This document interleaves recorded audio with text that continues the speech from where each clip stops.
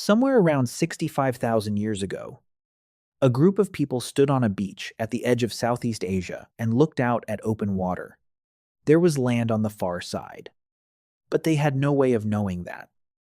Because from where they stood, the far side was below the horizon. They could see waves and sky and nothing else. They had stone tools. They had fire. They had rope they twisted by hand from plants. And somehow, they crossed. We know they crossed because their descendants are still there. Australia was settled by people who could only have arrived over open ocean. And the demographic and genetic models of that founding population tell us something remarkable. Starting it took hundreds of people, and some models push the number past 1,000. That rules out one lucky family clinging to a drifting log. This was crossing after crossing after crossing. Boats loaded with men, women, and children, launched on purpose over generations. Which brings us to the problem at the center of this video. Every one of those boats is gone. Every boat from that entire age of the world is gone. The oldest boat human hands ever built, the oldest one archaeologists have actually found, is more than 50,000 years younger than that voyage. We have the journey. We do not have the boat. But a missing boat still leaves evidence. It leaves marks in stone tools, in animal bonds, in the physics of what floats and what sinks. Follow that evidence, and you can rebuild the thing itself. That is what we are going to do. We are going to figure out how ancient humans actually made the first boats. In the spring of 1955, a road crew was digging near the village of Pessie, in the Netherlands, cutting a path for a new highway through an old peat bog. A crane operator hauled up a bucket of black muck, and lying in it was what looked like a rotten tree trunk, about 10 feet long. With a hollow scooped down its length, the crew almost tossed it on the spoil pile. A local farmer thought it was worth a second look, and word got to a university. And the rotten log turned out to be the oldest boat ever found on this planet. It is called the Pessie canoe. It was carved from a single trunk of Scotch pine around 10,000 years ago. And you can still see the tool marks inside the hull. The small bites of a stone axe, chopping out wood chip by chip, left by hands that finished the job and pushed the boat into the water while there were still mammoths walking parts of the earth. 10,000 years old. It sounds like the beginning of the story. Here is the oldest boat. So here is where boats begin. Except you already know that cannot be right. People reached Australia more than 50,000 years before this canoe existed. The Pessie canoe is ancient beyond imagining, and it is still more than 50,000 years too late to be the first boat. It is not the beginning of the story. It is closer to the middle. So, where are the older ones? Why is there a gap of 50,000 years between the oldest crossing and the oldest boat? The answer is brutally simple. Think about what you would use to build a boat if all you had was a stone toolkit. Wood, bamboo, reeds, bark, cord twisted from plant fiber. Now ask what those materials have in common. Every single one of them rots. Wood in wet ground is usually gone in decades. Rope and reeds can vanish in a few seasons. The materials that make sense for a boat are almost the worst materials on Earth at surviving in the ground. Stone tools last 1,000,000 years. Boats last a lifetime. The only reason the Pessie canoe exists at all is that it sank into a peat bog. And peat is one of nature's rare vaults. No oxygen gets in. So the things that eat dead wood cannot do their work. The canoe did not survive because it was special. It survived because it got lucky. For every boat that fell into a bog, Thousands upon thousands rotted on beaches and riverbanks and left nothing at all. Which means if we want the deep history of boats, we cannot look for boats. We have to look for the things boats made possible. And when you do that, the story stops being 50,000 years deep and becomes something much stranger. On the Indonesian island of Flores, archaeologists have found stone tools that are about 1 million years old. Flores is an island in the strongest sense of the word. Even at the lowest sea levels of the ice ages, it was always ringed by deep water with fast, dangerous currents. Nothing walked to Flores. Yet somebody got there with a toolkit 1 million years ago. And that somebody was not us. That is long before our species existed.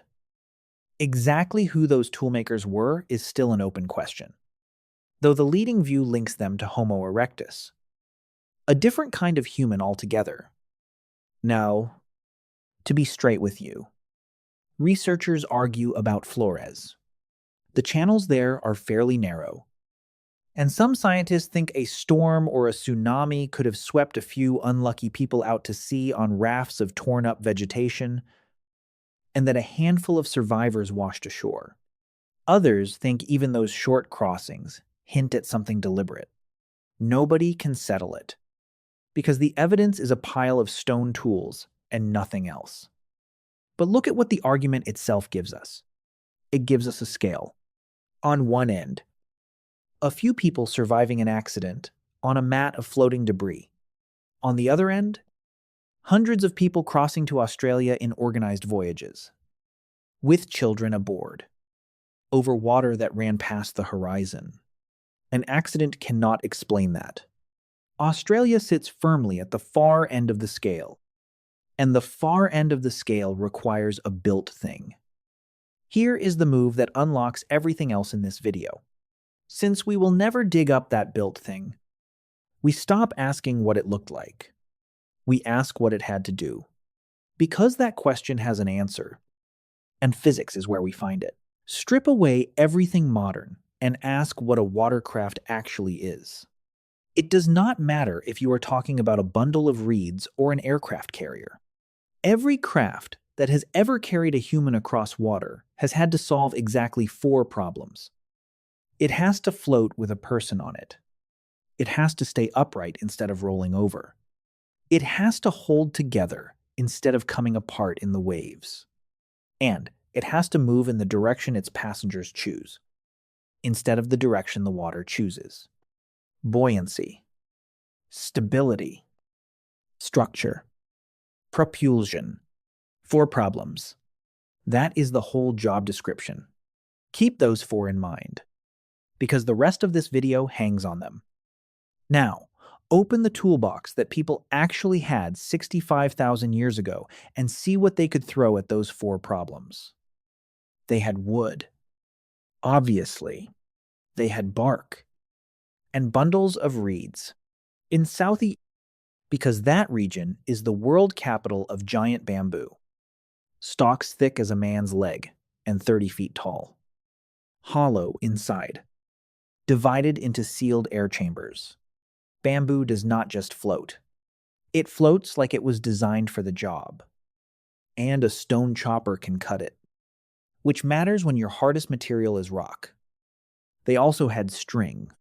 That sounds like nothing. And it might be the most important item on the list. People in the deep past twisted plant fiber into cordage for daily life. For hafting tools. For snares. For baskets and nets. Twisting fiber into strong rope was old. Familiar technology. The kind of thing done around camp by firelight. So nobody standing on that beach needed to invent a single new material. Every ingredient of a watercraft already existed in their ordinary lives. The invention was combining them into something new. Problem 1. Floating. Turns out to be free. Nature solved it long before humans showed up. Wood floats. Bamboo floats. A dry bundle of reeds floats. Nobody ever invented buoyancy. If floating were the whole game, animals would have beaten us to boats. And in a sense, they did. Because storms have rafted lizards and rodents between islands on mats of debris for millions of years. The real wall is problem two. And to feel it, you have to get in the water. So picture someone trying the obvious thing. A man wades into a river towing a fallen log. A good one. Thick and dry and buoyant. He gets chest deep, grips the bark, and hauls himself up onto it. And the log rolls. It dumps him instantly. Because a log is round, and his weight sits above its centerline, and round things spin. He comes up coughing and tries again. And it rolls again. With practice, he can learn to lie flat on it and paddle with his hands. Soaked the entire time. Half his energy spent just holding on. A log can carry one wet. Exhausted swimmer.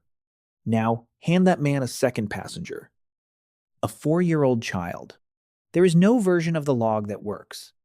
There is no version with a basket of food, or dry firewood, or a water container. A single log is not a boat. It is a flotation aid. And the ocean between him and the next island might as well be a wall. Then somebody, somewhere, put 2 logs side by side and tied them together. We will never know who or where or when. And we should not pretend to. What we can say is what that change does. Because the physics is not subtle. The moment you bind 2 floating things together, the platform gets wider than it is tall. And the rolling simply stops. The pair cannot spin the way one log can. Add a 3rd log, a 4th, a 5th, and lash them tight. And something genuinely new exists in the world. A flat surface, riding on the water, that does not care exactly where you stand on it. Think about what is standing on that surface. A person, upright and dry.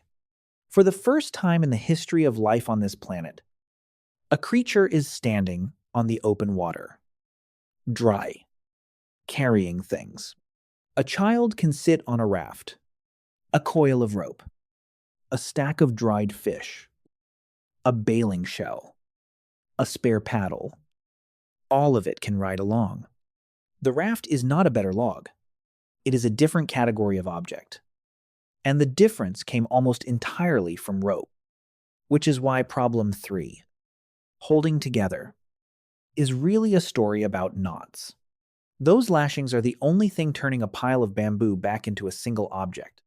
Every wave works the joints. Every swell flexes the deck and saws the cord against the wood. Hour after hour. On a river. A sloppy lashing means a swim to the bank. On a strait between islands, with the current running hard. A sloppy lashing means the raft dissolves under your family in deep water. The humble skill of twisting fiber and tying it tight, the same skill that made snares and baskets, quietly became the difference between life and death. Whoever crossed to Australia trusted their rope with everything they had. So look at how far the picture has come, and how little inventing it took. The breakthrough was arranging solutions people already owned into a platform that could carry human life across water. But a platform that floats and holds together still has one fatal flaw. It goes wherever the water is going. Set a perfect raft loose in a current, and it is not a vehicle at all. It is wreckage that has not fallen apart yet, with people clinging to it. Floating was the easy part, making the water take you where you actually wanted to go. That was the invention, and that is the problem the next chapter has to solve. Here is a truth that anyone who has ever paddled anything already knows, and almost nobody else ever thinks about. Leaving the shore is the easy part. The water takes you immediately. The current grabs the raft. The wind swings it. The swell shoves it sideways. And within minutes, you are somewhere you did not choose to be. Getting home again is the hard part. A craft you cannot steer does not take you places. It takes itself places. And you happen to be aboard. So put yourself back on that raft and work the problem the way they had to work it. Starting in the shallows. In shallow water, there is a beautifully simple answer. A long pole. Reach down. Plant the end against the bottom. And push. The raft moves exactly where you aim it, with all the force your legs and back can deliver. A pole turns a drifting platform into a controlled one, and it costs nothing but a straight sapling. Poling is so effective that people still move flat boats this way today, on rivers and marshes all over the world. But the pole has a built-in betrayal. It only works as long as it touches bottom. Push out from the shore, and the bottom falls away beneath you. 10 feet. 20 feet. Gone. The pole comes up dripping and useless. And the raft is drifting again. Deep water demands a different idea. And the idea is this. If you cannot push against the earth, push against the water itself. Take a flat surface, a wide blade, drag it through the water, and the water pushes back. That is a paddle. It is the pole's replacement for a world without a floor. And it changes the range of a raft from the width of a lagoon to anywhere muscle and daylight can take you. Paddles are wood, so almost all of them are gone. But at a waterlogged site in England called Starcar, archaeologists, digging into ancient lake mud, found a carved wooden paddle around 11,000 years old. Stop and notice what that means. At Starcar, we have the paddle and not the boat. In the Netherlands, we have the boat. The evidence survives in fragments. A blade here, a hull there. And the fragments only make sense as pieces of one picture. People were out on the water, steering, going where they meant to go. And people have tested how far this technology can really stretch. In recent decades, researchers have built rafts from giant bamboo using stone tools, lashed them with plant fiber the old way, and tried to paddle them across the actual straits of Indonesia. Along the island chains that point toward Australia, some crossings succeeded, some failed, with the current simply taking the raft. A crew of strong modern paddlers digging in with everything they had while an island slid past out of reach. The experiments proved two things at once. Stone Age materials can make a craft equal to the crossing, and materials alone decide nothing. The difference between arriving and being swept away was knowledge, reading the water, knowing the season, launching on the right tide, at the right hour, from the right beach. That knowledge does not fossilize. But every successful crossing in the ancient world implies it, because the modern crews with support boats and weather forecasts still found those channels humbling. Now, the raft is one road to the water. There was a second road, and it runs on exactly the opposite logic. A raft is addition. You gather floating things and bind them together. But you can also make a watercraft by subtraction. Find one massive tree trunk and take wood away from it. Chop out the inside. Hollow it into a shell. And you get a hull. A shape the water cannot easily climb into. The tool marks on ancient examples show how it was done. Stone axes and adzes biting out chips. And fire used carefully. Coals laid on the wood to char it soft. Then the charred layer scraped away. Burn and scrape. Burn and scrape. For weeks. It is slow, punishing work. And the reward is enormous. A dugout puts the paddler inside the boat instead of on top of it. He sits low and dry. The hull slices water. A flat raft has to bulldoze. And the whole craft answers the paddle like a living thing. That is the family the Pessie canoe belongs to. That little pine hull from the Dutch bog is a finished, mature example of the subtraction road. And later sites show how far that road eventually ran. In a drowned lakeside village in Italy called La Marmota, archaeologists recovered 5 large canoes built with real nautical sophistication, thousands of years after Pessie. Be careful with the order, though, because it is tempting to line this up as a neat staircase. Raft first, then canoe, one replacing the other. The evidence does not say that. These are parallel answers to the same 4 problems. And which one a community used depended on what grew nearby and what tools they carried. A raft asks for bamboo and rope. A dugout asks for a huge tree and a heavy woodworking kit. Real axes and adzes capable of eating through a trunk. Hold on to that last detail. A dugout requires specific heavy tools. Because when we finally return to the biggest crossing of them all, the tools are exactly what gives the answer away. Go back to that beach at the edge of Southeast Asia and look at the route the way a navigator would. People made this crossing at least 50,000 years ago, and possibly closer to 65,000, with the exact date still argued over. What never changes is the water in the way. Between the Asian mainland and the ancient continent of Sahul, the landmass that joined Australia and New Guinea when sea levels were low, lies a belt of islands and deep channels. Ice Age oceans dropped far below today's levels. And even then, the water gaps never closed. Any route east involves crossing after crossing, island to island. And the final legs are the cruel ones. Stretches of open sea running past the horizon, where the destination is invisible from the launch point. Invisible is not the same as unknowable. A big island announces itself to people who live by the sea. In the dry season, smoke from natural fires rides the wind for enormous distances. Clouds stack up over land and stand still in a moving sky. Birds feed offshore and fly home in one direction at dusk. Someone who spent a lifetime on those shores could read all of it. The land beyond the horizon was beyond sight. But it was not beyond inference. They did not sail into pure mystery.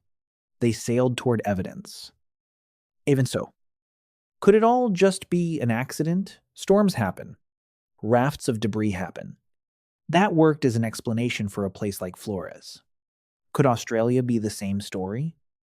A handful of castaways washed up by chance. Researchers have run the numbers on that, feeding real currents and winds into computer models and setting virtual rafts adrift to see where the ocean takes them. Drifting fails. Random castaways almost never make landfall in the right places. And the survivors of such accidents would be far too few to start a population. The demographic and genetic models of the first Australians point to founding numbers in the hundreds, and some push past 1,000. The only way to move that many people, including women and children, across those channels is deliberate voyaging. Planned crossings with food and fresh water aboard, repeated over time. One research team concluded that people were capable of planning sea journeys lasting multiple days by at least 50,000 years ago.